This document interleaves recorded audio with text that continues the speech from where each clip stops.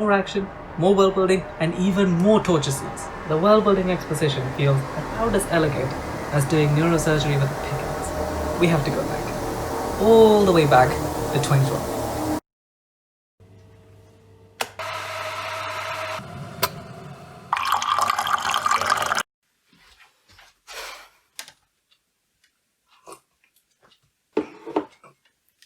Hello people who read books. Book people? Beeple?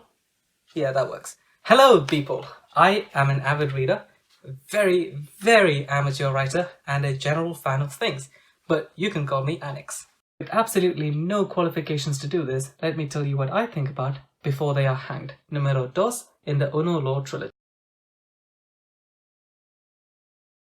I do 1 or 2 of these a week, so make sure you smash that subscribe button so you don't miss any of them. There are no spoilers for the book in this video because I will be doing a full trilogy spoiler review in the coming weeks. Right, let's get started. So last week I rambled on about the Blade itself, which is the first book in the trilogy. If you haven't seen that video, you can find that link up there or down there if I can figure out this YouTube thing. Spoilers, I was really positive about it. But I went into this book with tempered expectations because, just like middle children, the middle book is often the hardest to get right. You have to be realistic about these things. But honestly, this one blew me away. There was more action, more world building, and even more torture scenes.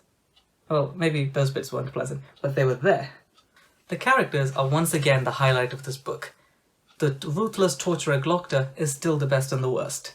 The arrogant, privileged Captain Jezal's self-pity is still really fun to read, and the ex-mass murderer Logan is still, of course, the most laid back.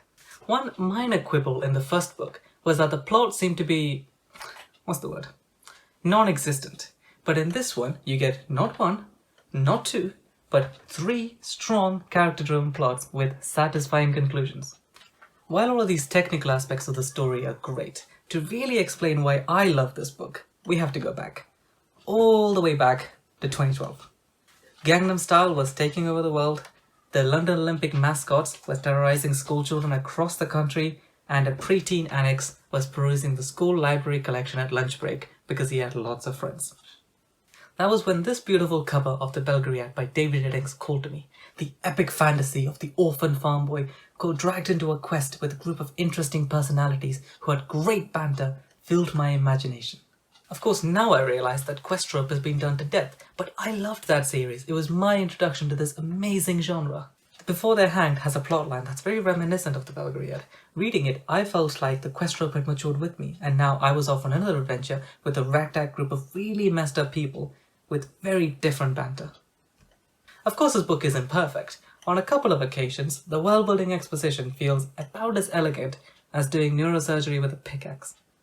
In those scenes, it really feels like the story grinds to a halt. This is really nitpicking though, because Joe Abercrombie didn't sponsor this video. Those scenes really are used to build the characters up. Overall, this book does everything brilliantly like the first one does, but bigger and better. That's all from me, people. Check out this book and my Instagram and Twitter. Links are all down there, along with a big red subscribe button that you really should press. Also, check out my Goodreads profile. I've added even more unqualified reviews on there for lots of other books. And finally, which book in the trilogy do you prefer? Tell me in the comments. Let's talk about it. See ya!